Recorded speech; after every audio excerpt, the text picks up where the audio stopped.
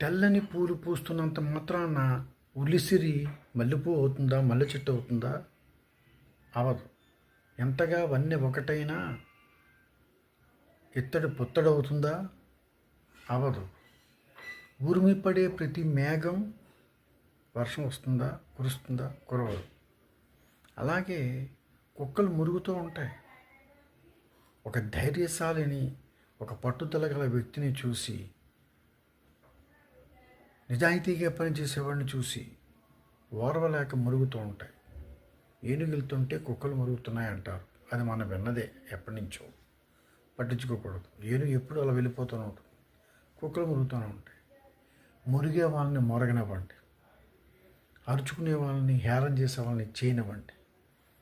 మన పద్ధతి, నడవడిక, ప్రవర్తన నిజాయితీగా ఉన్నంత వరకు కూడా మనం ఎవ్వరికీ బెదరక్కర్లేదు, వాళ్ళ గురించి ఆలోచించక్కర్లేదు. మనం ముందుకు వెళ్ళిపోవడమే. ఏమంటారు?